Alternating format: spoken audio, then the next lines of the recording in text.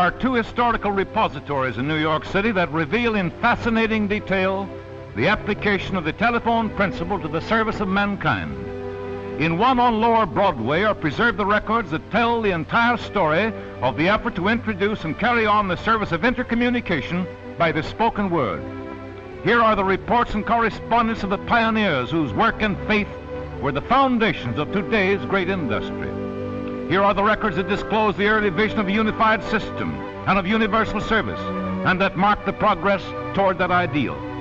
Here, among the memories of an industry's birth, are the early directories with about a few dozen names to illustrate the slow but growing acceptance of the telephone's aid to living. And here are two treasured relics of appealing significance to the men and women of the Bell system, who come like pilgrims to this eloquent room. One is the grant issued on March the 7th, 1876, proclaiming Alexander Graham Bell to be the inventor of the medium of communication we call the telephone, though it was then officially designated as an improvement in telegraphy. The other is a notebook of Bell's assistant, Thomas Watson, with its casually penciled record of the first complete sentence that human ear ever heard over a wire. Bell's sudden call on March the 10th, 1876. "Mr. Watson, come here, I want you."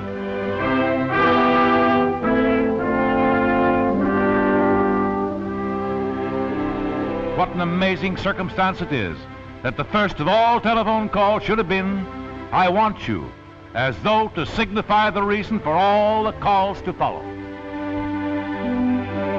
In the other repository on West Street are exhibits of corresponding significance. It is a museum that reveals the development of the telephone art as expressed in apparatus. To begin this physical record of scientific accomplishment are the harmonic telegraph instruments of Bell's early experiments and the other instruments that followed before the telephone itself emerged from its first laboratory. You may see here a coil of the actual wire over which passed those historic words, "I want you." There is the great company of telephones which progressively represent the improving standards of service. There are switchboards at which sat the friendly operators of another day. Preserved here and appropriately labeled are historic transmitters through which speech first rode the radio waves across the seas, and others with which presidents have talked with the heads of many nations in dedicating new telephonic links to distant lands. Here are sections of cable to mark the development that brought about today's technical and manufacturing triumphs with their amazing capacity for circuits. From a few dozen wires to thousands is the progress that this dated sequence tells. Here, too, is another historical sequence of exhibits to illustrate a story of intense interest to every student of telephone accomplishment. The story of the search for amplifying devices that would help to send intelligible speech over longer and longer spans of wire. And here are portraits of men, scientists and engineers of yesterday and of today, whose names are written large on the honor roll of communications development. Visitors from all parts of the world have viewed these reminders of the treasure hunt for knowledge from which might come at the builder's hands the agency of service that now is in your charge. Mutely, they tell of the effort to meet a challenge, the challenge of social need. Such a story can only be outlined here with now and then a scene to suggest the problems faced. As a preface, let us mark an announcement of 1877, the first published offering of instruments for wire conversation, but only for distances up to 20 miles. And now, let us reconstruct from the record an incident of 1880, remembering that the date is only 2 years after the first commercial switchboard began the service of intercommunication. The scene is a building on Washington Street in Boston. Hello? What number do you want? All right, I'll connect you. Next number 88 Strip. Come in. Hello?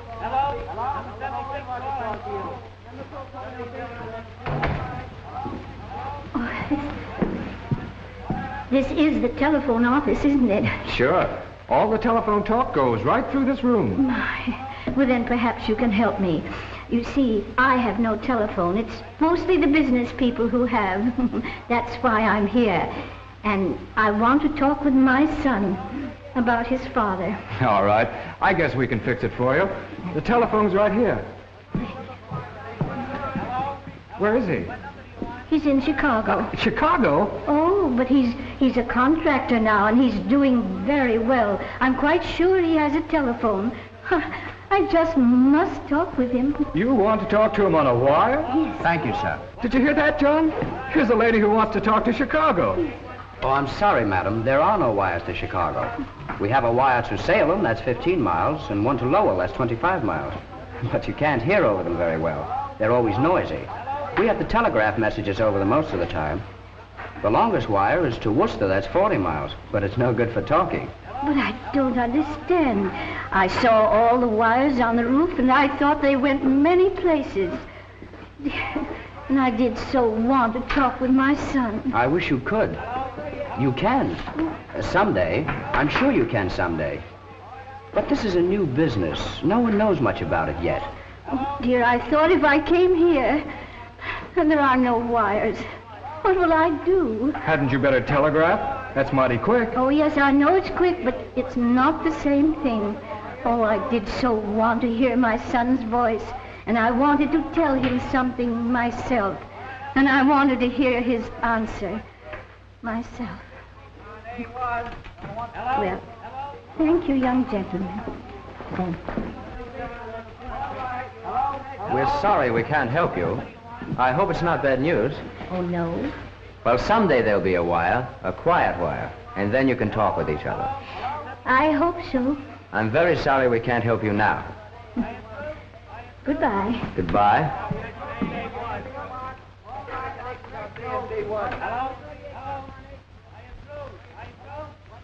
What was the use of all that stuff about a wire to Chicago? You must have lost some of your buttons, John Carty. That's what I think. It's going to come someday, Harry. Something tells me it's coming. It has to come. Why does it have to come? We're busy enough now, with the Boston folk wanting express companies and banks and wholesale houses. Who wants to talk to Chicago? That's 1,000 miles. Who wants to talk to Chicago? That lady does. She expected to. You know, Boston banks would talk to Chicago banks if they could. And Chicago people would talk to Boston people. There'll be a wire someday because it's needed. And to other cities just as far away. Something tells me. Ha! Something tells you. It's one of the little folk who's been whispering to you. It's coming, Harry. It's got to come. We're going to talk to Chicago and farther yet. It's all in Mr. Bell's discovery. That's complete. It's a principle. Someone will find out how to use it better. Something tells me. Something tells me.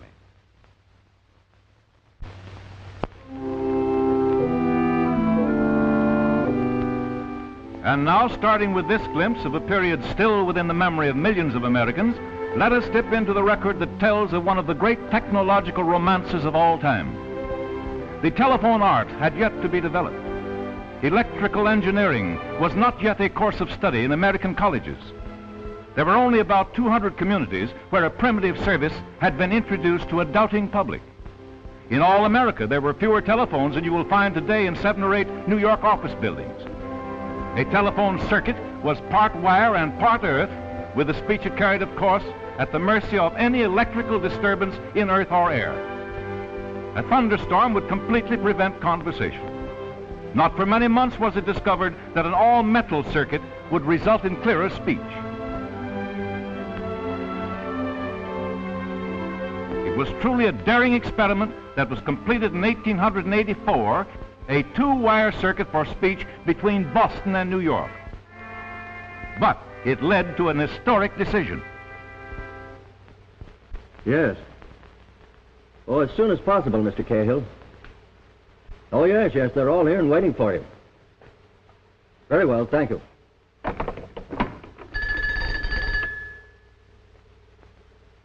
Mr. Cahill will be here in a few minutes with the certificate of incorporation, ready for our signatures. This draft of it seems all right to me. And to me. Well, it certainly takes in a lot of territory. How do you mean? This section here. It says that our lines will connect one or more points in each and every city, town, or place in the state of New York, with one or more points in each and every other city, town, or place in said state, and in each and every other of the United States. Yes, it's pretty inclusive, but then Vail's been talking about a vast system for years. With his ideas, he's certainly the man to be the new company's first president. This language makes me smile when I think of the trouble my company has had right here in New York City trying to get subscribers. It is rather optimistic language. Of course, some of these electrical experts are mighty skeptical. I've been looking for a certain editorial in the electrical world. Oh, here it is. It is probable that in the near future, business communications by telephone between cities separated by hundreds of miles will be an everyday occurrence. But it will be a luxury for the few, bearing the same relation to telegraphy in general that traveling in Pullman cars does to ordinary railroad travel. That may be the way it looks now. But the line to Boston is being used by all sorts of people, even though it isn't very good. We'll find ways of making the service popular. Well, let's hope the next line down to Philadelphia will work better. A lot of my New York subscribers say they need it. Good morning, gentlemen. Good morning. Good morning, J.L. Sorry I kept you waiting. That's perfectly all right, my boy. Well, I've got the final draft. Have any changes been made, Mr. Cahill? Only one. Now, if you gentlemen will turn to page 3, where it says, in each and every other city, town, or place in said state, and in each and every other of the United States, and in Canada and Mexico, got it? This is to be added. And each and every of said cities, towns, and places is to be connected with each and every other city, town, or place in said states and countries, and also by cable, and other appropriate means with the rest of the known world. The rest of the known world? Sacred codfish. Well, why not? 10 years ago, you couldn't talk by wire at all. It's a legal precaution, gentlemen. Mr. Forbes and Mr. Vail feel the new company should not be limited in its future activities. Whatever can be done, they want the company prepared to do. The rest of the known world, eh? Well, gentlemen, we're certainly starting from scratch. Will you sign first, Mr. Hall? Gladly.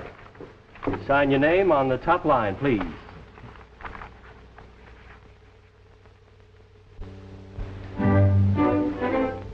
So it was that in February 1885 there came into existence the organization you call the AT&T Company, founded in the infancy of the telephone to pioneer long-distance service, but destined 15 years later to become the central company of your system.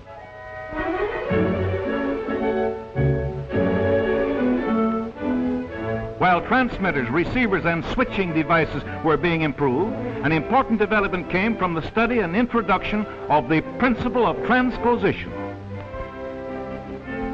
The application of this interesting principle involved shifting the current path by interchanging the position of the two wires of the circuit.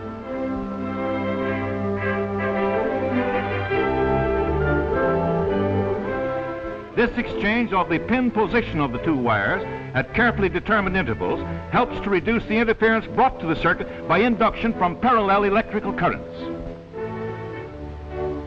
The part that accuracy of transposition is playing in the modern art of transmission is evident to any expert eye that scans the complex wire facilities of today. Thus, with all wire circuits, the transposition principle, an organized laboratory investigation for every department of telephone activity, there was encouragement to the effort to link together the growing telephone organizations.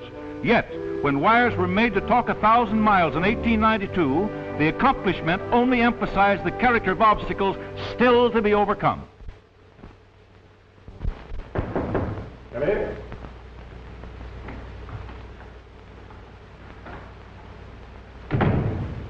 Good morning, sir. I'd like some information about your service. Sit down, sir. Thank you. What would you like to know? Well, this new service to Chicago is going to be very useful to us. Our agents there think so, too. We usually can understand each other fairly well if we speak carefully and not too loud. But how about the far west? We have important agents on the Pacific coast. When can we telephone to them? I'm afraid that's something nobody knows. But surely you're going to put up more wires. Of course. But 1,000 miles is about the limit for talking. But, sir, I don't understand. A wire is a wire. We can telegraph to the Pacific coast. Yes, a wire is a wire. But a telephone circuit and a telegraph circuit are entirely different things. Let me explain it to you very simply.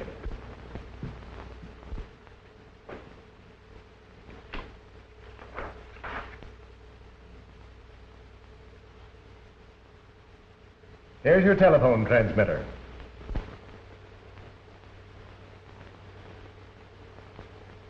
Here's a receiver. Here is the battery that furnishes the electrical current. Here's a wire circuit. This is you about to talk. Very good. That does look like me. When you talk, your transmitter diaphragm vibrates correspondingly. This produces electric waves on the wire which conform to the vibrations your voice has caused. The electric current makes the receiver diaphragm vibrate. These vibrations are similar to those of the transmitter diaphragm. They are reconverted into sound. And that's what the man at the receiver hears. I understand all that. It seems very simple. But if the electric waves reach Chicago, why not San Francisco? They will, but the speech would not be intelligible.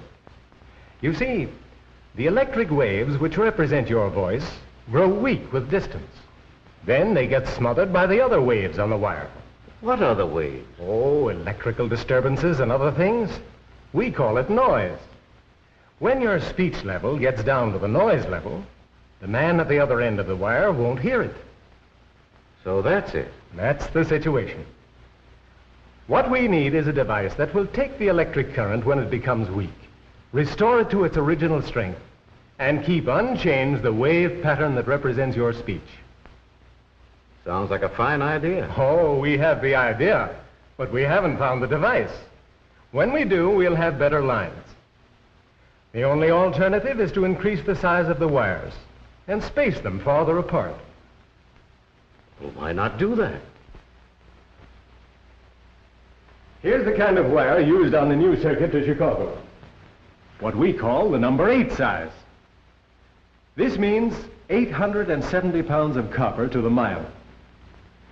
The two wires must be spaced about 12 inches apart. At certain intervals, they are transposed. Transposed? Yes. That helps to overcome induction. Induction? That's what causes the noise I was telling you about.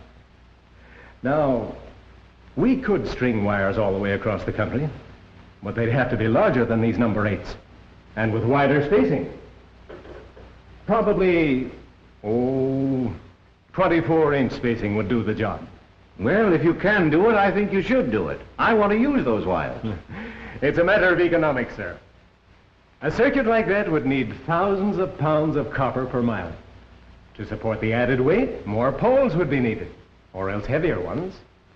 With a wider spacing, fewer wires could be carried on the cross arms. The investment would be tremendous, so you can imagine what the rate would be. Maybe $100. Would you want to pay that? No, of course not. Still, at times, it might be worth more than $100. Well, there's the fundamental problem. To make wires talk, and to make it worth your while to use them. I see. Well, I guess you fellows know what you're doing. I saw Mr. Bell's invention at the Centennial in '76. You've gone a long way since then. I suppose I should be grateful for what we have. Well, thank you very much. Goodbye, sir. Goodbye. I hope you'll recommend the service to your friends. I'm doing that all the while. I suppose someday you'll have a lot of wires to Chicago and pack them in one of those cables I see around town. No cable to Chicago, I'm afraid. You can talk through cables less than 100 miles. Guess we'll stick to these number 8s up on poles where we can watch them. Good day, sir. Goodbye.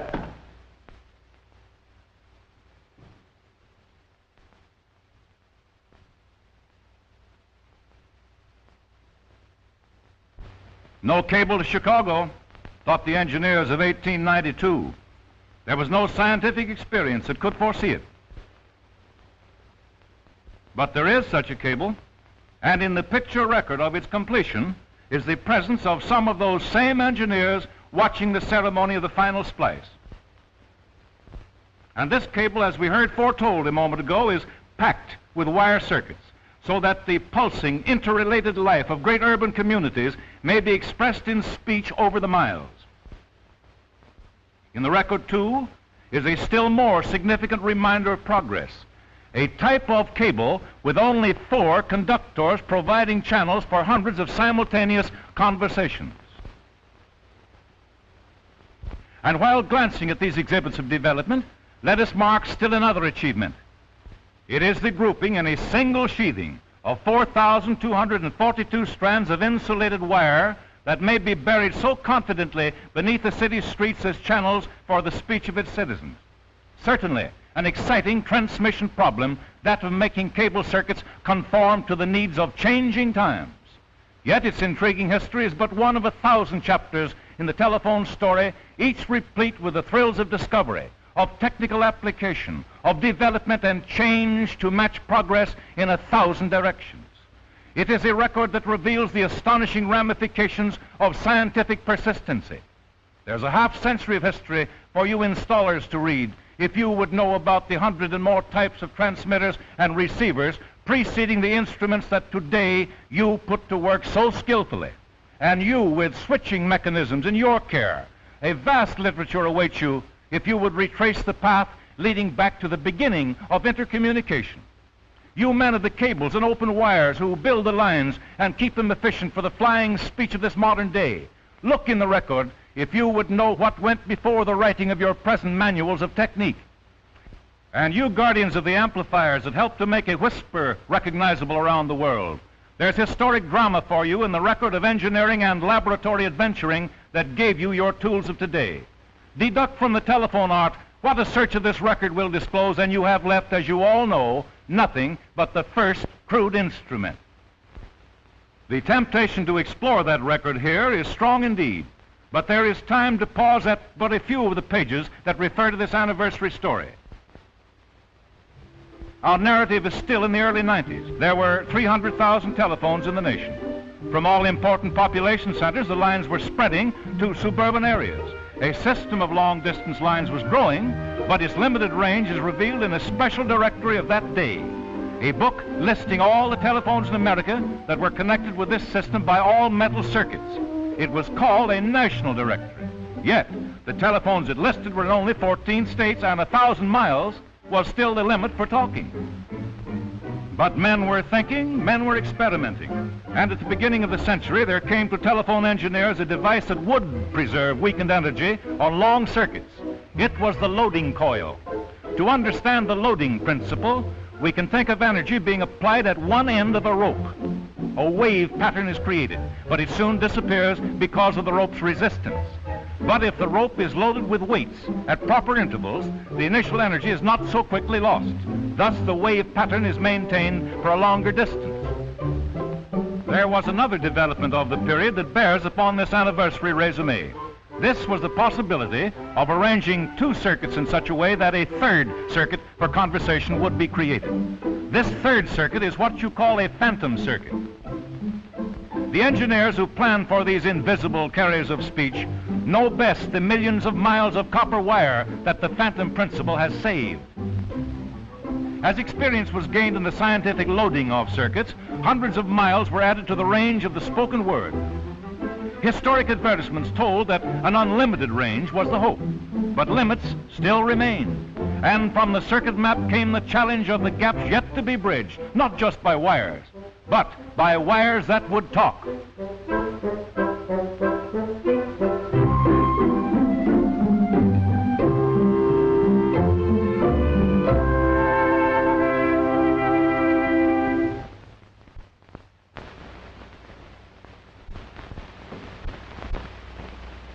Excuse me. The door was open, so I walked in. That's all right. Won't you sit down? Thank you. I'm after some information about your service. I'm rather a large user. In fact, my firm uses several of your private wires. You probably should talk with the commercial manager. I'm an engineer. Well, that reminds me, sir. I talked with one of your engineers nearly 20 years ago. He said something about waves. Said you needed something that would make the long-distance wires talk farther. He must have meant a repeating device or an amplifier. Something of that sort? Oh, that was it. I'm glad you found it. Oh, we've been developing repeaters for several years, but we haven't solved the problem by any means. I thought you had. Why, down at the office, we often talk to St. Louis, Omaha. Service is pretty good, too. And now this statement by your president in the morning paper says we'd soon have service to the coast. Oh, he doesn't say soon, does he? No. He just believes that universal service is on the way. Well, I'm afraid I read it hastily. What is the difficulty? You say you have those repeater things.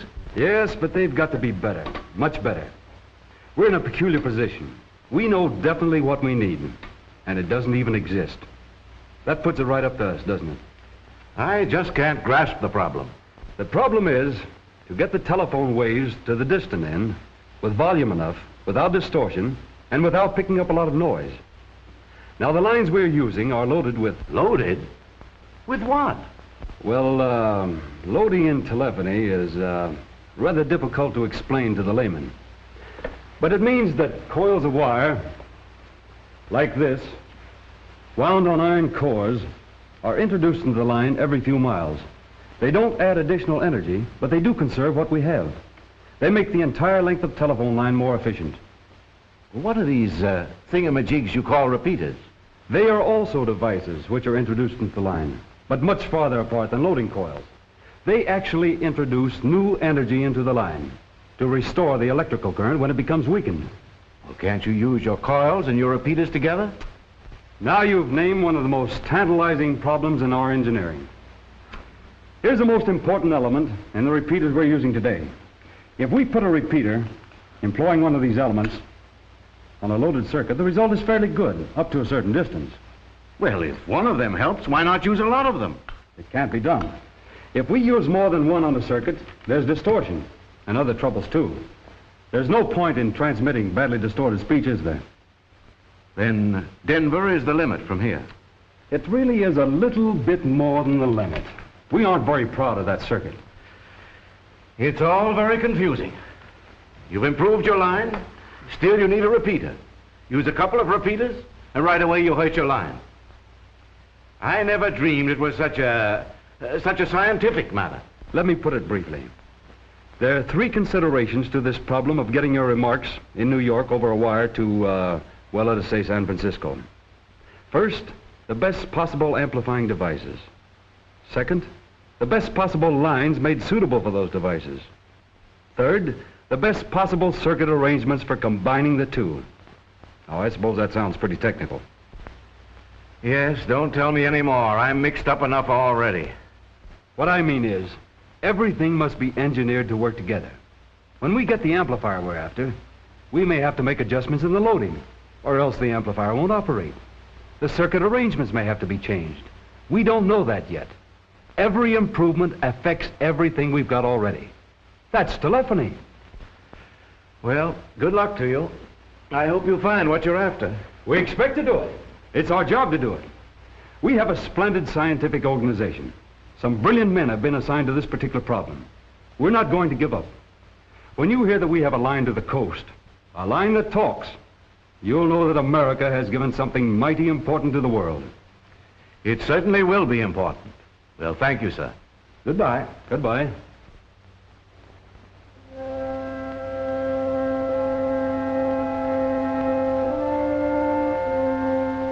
Just what was the job they wouldn't give up? It was the same as yours today, to get the message through. But the vital challenge then was to men of science, and the message was to be the first hello across the continent of North America. How that challenge was met, how telephone men from coast to coast teamed up to translate the accomplishment into an agency of service, is one of the great chapters of telephone history. The details of the story are legion. They involve the activities of an army, led by foresight and faith, and inspired by a compelling sense of high purpose in an adventure of exciting significance. to the Western telephone organizations was to come a pioneering building assignment that demanded the utmost in enthusiasm, in skill and devotion. In the record is the name of every man who helped in that construction task. Every surveyor, teamster, cook, lineman, groundman, foreman, superintendent, engineer. And the men of the long lines at headquarters and along their circuits all the way to the Rockies had coordinating responsibilities of the most exacting character that call for equal devotion and skill. It was an army that moved. It was an army that achieved. Of its activities on a wide and changing front, there can be but the merest hint in this anniversary tribute. Build that line to California. We'll make it work. We must develop another type of repeater. New York wants a report on our lines west of Denver. New York's talking about a phantom group clear across the country.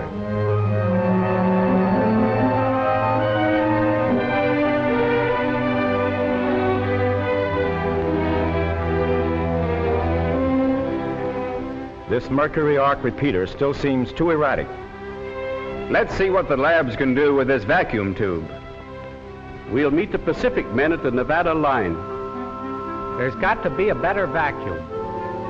Start out the surveyors.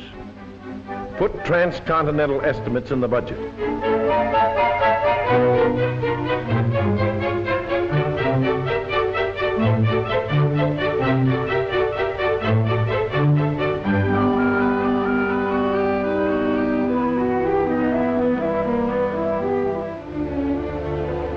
Keep up the mathematical research. Rebuild and repair to Salt Lake. Then 130 miles west, all new. Present construction to the Reno area. Then 400 miles east, all new. Set up 3,500 miles of artificial line for testing.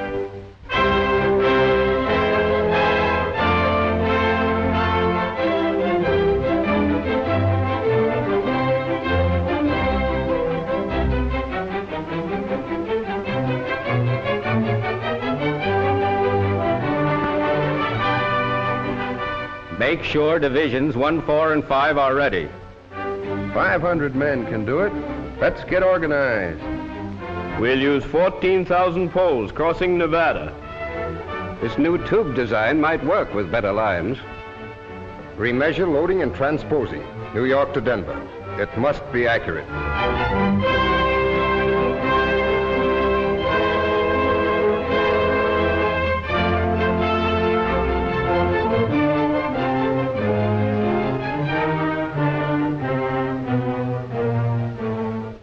The boss says 23,000 transpositions, including phantoms. The temperature, still 130.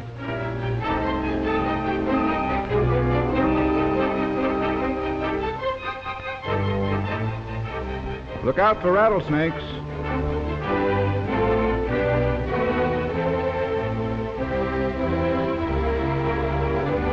Some job, this loading. Every 8 miles across the country. Repeaters ready for the first test? All ready. 3 kinds.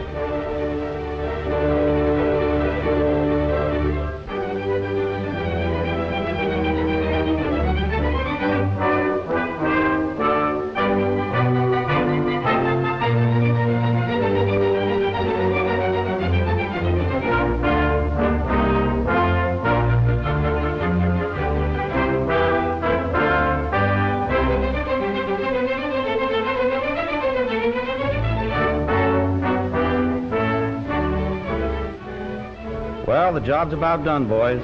There's the last pole.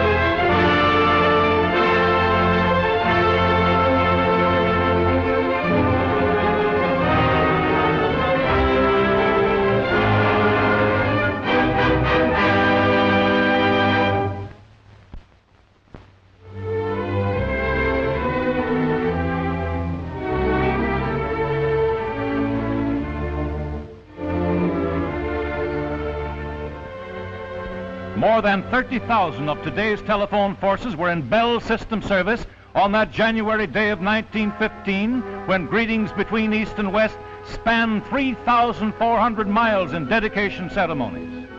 To these thousands, the developments of succeeding years must indeed make a story of vivid reminiscence. On that day, there was a single overland route, a so-called phantom group of 3 circuits only, a voice highway hailed as a miracle. And now, there are 4 great modern communication arteries crossing the plains and scaling the western mountains, each with a multitude of channels along which may flow the words that bind together all sections of our country.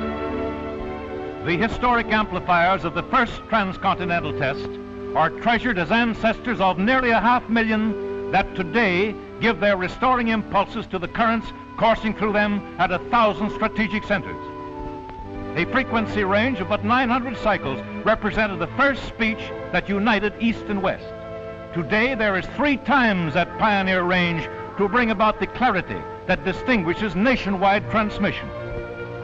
And 3 times 3 does not tell the extent to its special circuits. 50,000 miles of them can bring to radio stations the overtones of symphony and song. Storm-proof cables now span distances of unbelievable magnitude to the engineers of that first transcontinental highway. Direct circuits to faraway cities radiate from busy centers that switching may be minimized and the time gap shortened between your call please and ready with Atlanta. Antennas dot the coasts to take from the wires the voice of America and herd it to the telephones of 6 continents and to ships at sea, while others lift their alert and sensitive wires to catch the waves that hold the answering words. Truly today, Earth has no limit to human speech because of science and because of the men and women who guard and guide what science has revealed.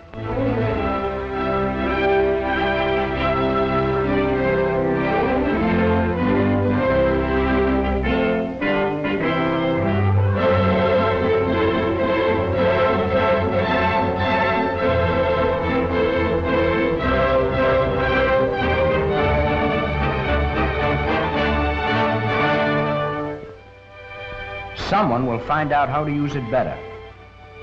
Something tells me. Something tells me.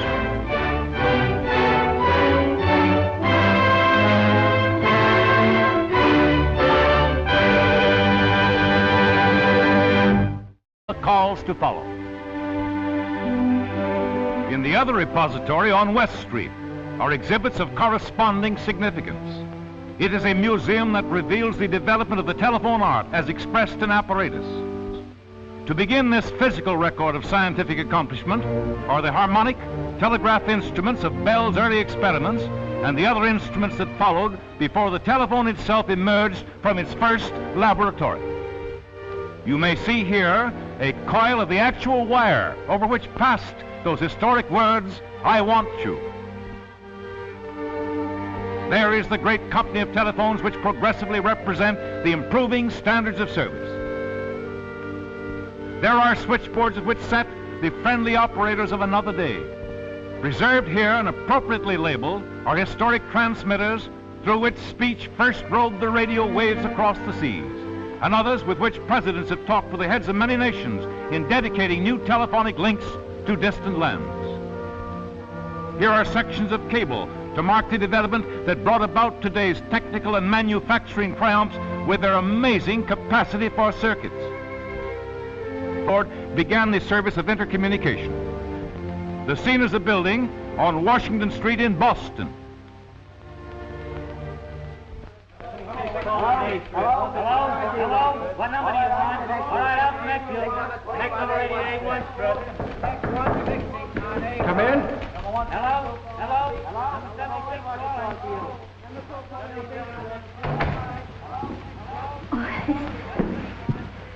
This is the telephone office, isn't it? Sure.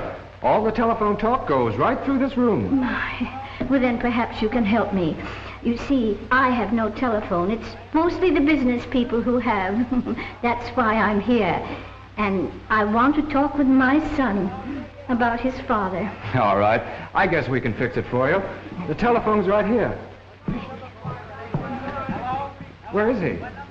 He's in Chicago. Chicago? Oh, but he's a contractor now, and he's doing very well. I'm quite sure he has a telephone.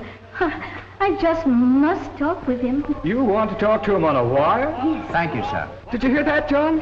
Here's a lady who wants to talk to Chicago. Oh, I'm sorry, madam. There are no... From a few dozen wires to thousands is the progress that this dated sequence tells. Here, too, is another historical sequence of exhibits to illustrate a story of intense interest to every student of telephone accomplishment. The story of the search for amplifying devices that would help to send intelligible speech over longer and longer spans of wire. And here are portraits of men, scientists and engineers of yesterday and of today, whose names are written large on the honor roll of communications development. Visitors from all parts of the world have viewed these reminders of the treasure hunt for knowledge from which might come at the builder's hands the agency of service that now is in your charge. Mutely, they tell of the effort to meet a challenge, the challenge of social need. Such a story can only be outlined here with now and then a scene to suggest the problems faced. As a preface, let us mark an announcement of 1877, the first published offering of instruments for wire conversation, but only for distances up to 20 miles. And now, let us reconstruct from the record an incident of 1880, remembering that the date is only 2 years after the first commercial switchbook and of universal service, and that marked the progress toward that ideal. Here, among the memories of an industry's birth, are the early directories with about a few dozen names to illustrate the slow but growing acceptance of the telephone's aid to living. And here are two treasured relics of appealing significance to the men and women of the Bell system, who come like pilgrims to this eloquent room. One is the grant issued on March the 7th, 1876, proclaiming Alexander Graham Bell to be the inventor of the medium of communication we call the telephone, though it was then officially designated as an improvement in telegraphy. The other is the notebook of Bell's assistant, Thomas Watson, with its casually penciled record of the first complete sentence that human ear ever heard over a wire. Bell's sudden call on March the 10th, 1876. Mr. Watson, come here, I want you.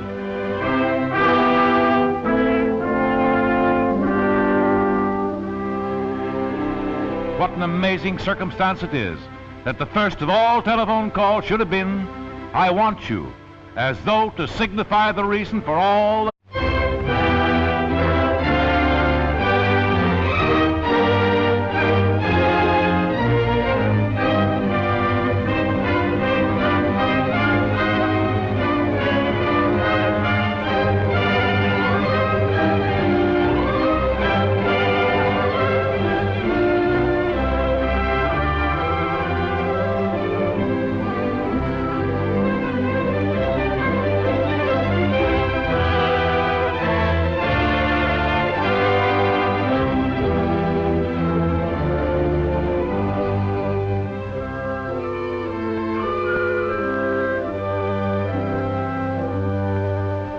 There are two historical repositories in New York City that reveal in fascinating detail the application of the telephone principle to the service of mankind.